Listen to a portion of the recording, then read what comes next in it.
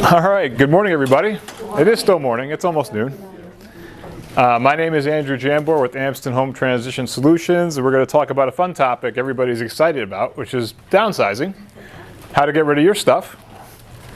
So real quick, we are a company that helps with relocation services. We do all kinds of things to help through the whole transition. We help seniors and their families basically with any phase of what we call transition services. It could be downsizing, decluttering. Some of our services up here, I'd like to point out the biggest ones are stress relief because a lot of times we do clean outs, we do organizing, packing, moving. So we do a little bit of everything. And basically we're good problem solvers. And as Amy mentioned, we also do storage. So let's go into it. So when we talk about downsizing, you probably feel like this.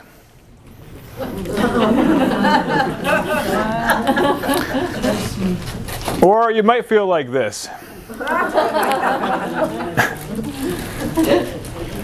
But a lot of times we also feel like this. So when we talk about downsizing, we have a few definitions for it because it has a lot of meanings, but a lot of it comes down to keeping really what you need, keeping the essential items, removing clutter that holds you down, and then taking back control of your life too. So a lot of times we talk about downsizing, it's going from a bigger space to a smaller space, but you could also be just downsizing a room or decluttering a basement or an attic, a place that's you've been in your houses a long time that just take up a lot of space and clutter, and it's time to start taking that away. So, but how do we get to this point? Take a step back. How many people here have kids? Children? How many of your kids want your stuff? Right? I don't want my parents' stuff either. My kids don't want my stuff. It just, that becomes a trend, right? As the next generation. Now, how many people inherited things from their parents? That's a bigger question, right? Different generation, and that's typically what happens. But as we get the younger generations, they don't want these things. And then basically what happens is we end up like this. Ah, see? Got one. So. And then what happens is we end up feeling like we're part of this. And then basically what will happen is when you have to start downsizing, you probably feel something like this. Oh God, yeah, I know. Very good. So a lot of this, when we talk about downsizing, we talk about emotions. We go through a lot of different things. How many people have sentimental items, right? That's a big part of it. So we have sentimental feelings. We have feelings of anxiety that we see a lot. We also see a loss of control because that's part of having so much stuff to deal with. But as we start to go through the process of downsizing, we start getting a little happier, we start calming down, and basically we start feeling better. So we're going to do a little personality test. You might fit multiple ones of these, but I want to kind of get an idea. How many people here are sentimentalists? They have a deep connection with their things. Okay. How many people here are evaders? They don't like clutter, but they deal with it. They know it's there, but they're just, I don't want to deal with it, right? Well, what about the materialist? This is me. You hate to see things wasted because it's pricey or it has value, right? What about the habit keepers? How many people had parents that had restrictions maybe growing up? Maybe they were part of the Great Depression, maybe their grandparents. Yeah. So they kept things around, they didn't want to let go. Oh. And then what about achievers? They have things that they've collected, like all kinds of trophies, awards, maybe suits, high-end things that they don't want to let go of. So we'll do a little test. How does this make you feel?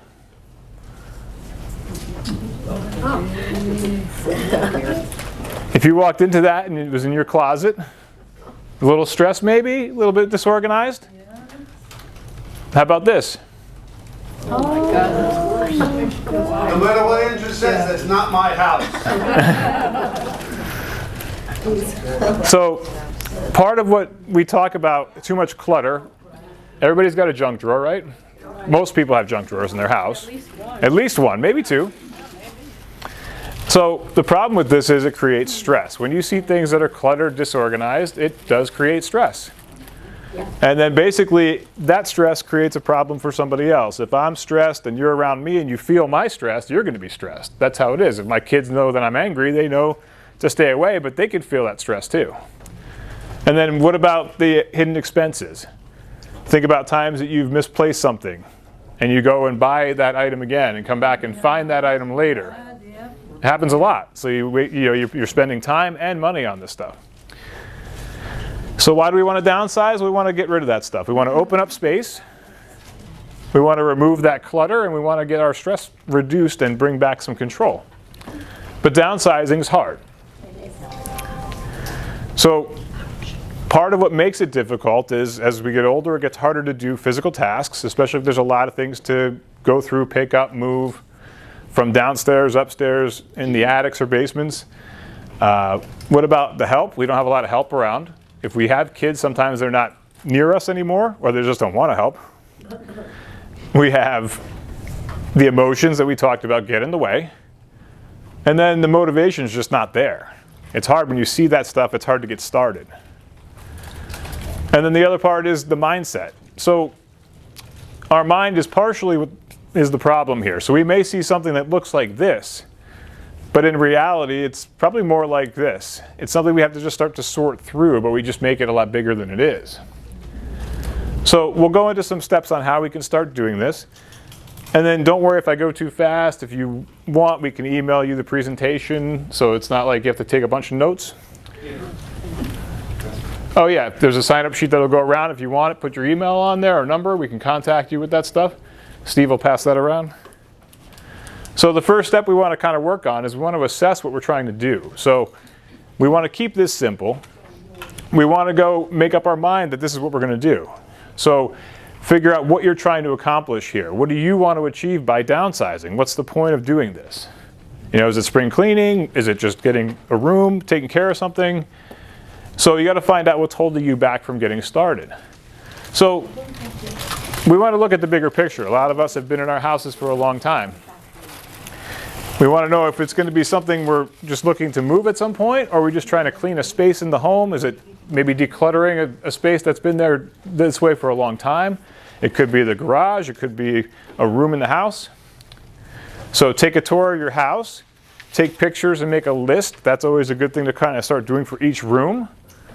And then be intentional. We want to make sure that as we get started, this is what we really want to do. And then the step 2 would be start creating a plan around this. So basically, keep it a simple plan. We don't want to have things that are going to be too complicated, too complex to get started. We want to do things go room by room, do things by clothing, category, antiques, records, clothing. Find an accountability partner to help you if you have a spouse or if you have a family or friend to help you kind of work through this. And then create small tasks and time limits. You want to be realistic with this. You don't want to say, I'm going to do it all in one day. You may want to do a few items at a time. You may want to do 10 minutes at a time. And you want to stay focused on this. Be present when you're working on these things. And then reward yourself. If you're going through this process and you see you've worked 10, 15 minutes on decluttering a cabinet or underneath the sink, treat yourself to something to remind yourself you've accomplished something. And then keep going. Don't stop. That's the hardest part, is once you get started, you start creating that momentum. So the third step is always the hardest. It's just getting started. We want to follow a plan that we put together. We want to share progress that helps us kind of refocus and reinforce that behavior. If you're good, do you like to journal, for example, or take notes? That's always good to journal your thoughts, your progress. We want to go through and stay focused on the current task. Be present, and you want to do it as best as you can. If it's a 10-minute task and you're decluttering a closet, just work on the clothing for 10 minutes. And then some tips that we go through in this process. One room at a time. Take it one room at a time. Identify areas that are commonly cluttered. Like we all have countertops. You may walk into your home and see an area that's just always cluttered. Minimize duplicates. We have a lot of kitchen items usually in the homes we find. And sometimes there's multiple items that might be damaged or things we can go through and start to process and get rid of right away. Start in places you don't use regularly that just accumulate over time. And then I'm sure most have a lot of paperwork they've built up over the years. You know, for tax returns, I think it's only like 7 years of tax returns you have to have. It's 3. Oh, is it 3 now? It's 3 now. And even Yeah. more an excuse to get the stuff out, right? Because I had somebody do my taxes, I said, do you have to really keep them 7 years? No, 3. Okay, perfect. Even better. So, can start kind of shredding all those and getting them out. And even like the bills and the things you don't need. If you have any kind of internet bills or anything like that that's paper, you can start kind of just going through those. So, these are some items we can start going through right away. And we all have expired food in the home. And it just happens. Medications, unused clothing, things of that nature, kitchen gadgets, chipped and cracked items, pens that don't work anymore. I always come across those. Maybe expired cleaning supplies, that's a big one. Takeout menus is another big one. And you may have mismatched socks. How many of those? Seen lots of those. I mean, I have 2 daughters. I have tons of mismatched socks. And I have dogs that like to chew socks. So, but old containers like plastic, like those are big Tupperware containers. They may have little marks on them. They're not really healthy to use after a while. It's good to kind of sort through those. Makeup is a big one. Old paperwork we talked about. How about magazines? They take up a lot of space. We've had clients with all kinds of National Geographic magazines boxed up and put away in places. You couldn't imagine how many they had. And then what about things we want to maybe declutter every week? We have countertops in the home, right? Kitchen countertops or entryway areas when you walk in. If you have put your keys down somewhere and it just kind of clutters with mail. Any kind of, like the refrigerator is a great thing to declutter weekly because of expired foods. And then every month, the pantry, that's a big one. We want to go through things like if you have a hobby room or a mud room, junk drawers are big for this, bathroom cabinets. Things you may not check every day. And then every year we want to go through and kind of do the closets, the paperwork, items under the sink, the garage every year because that tends to get the most clutter. And then for, technology is really good about this. Taking pictures with if you have a phone that can take a picture, that kind of eliminates some of the things that are out there that you don't have to keep the photo albums anymore. There are services that you can do that'll convert those to digital formats. So a lot of the bulk things with all the things out there that stream now, you don't need a lot of these space eaters anymore. And then some questions we always like to ask ourselves through this process. When you're working through items, have you used the item in the past 6 months? If it's not something seasonal. Does it still work? That's always a big one. Do you have a place for it? So if there's a place for it, great. If you can use it, great. But if you're kind of in a situation where you might be moving in a few years, you're not sure you're going to be able to hang on to it, then it might not be worth hanging on to. Does it have sentimental value, which a lot of the time it does? Would you want a loved one to have it? And then some of the other rules, if you haven't used something in 6 months, let it go. If you've outgrown it, pitch it. Now that's just not clothing, but it could be a hobby. It could be something you used to do that you don't do anymore. Golf, or something of that nature, hiking, that you just don't do. If something doesn't bring you joy, get rid of it. That's the whole Marie Kondo method. And then be ruthless about this. That's the hardest part. Make a decision and stick with the decision we make. Some of the things that we do, and we always recommend, is if you're going room by room, use colored labels so you can label items, so you know exactly what things you want to keep, trash, donate, sell. That kind of helps kind of set the tone on what's going to go where and kind of makes it a little more organized.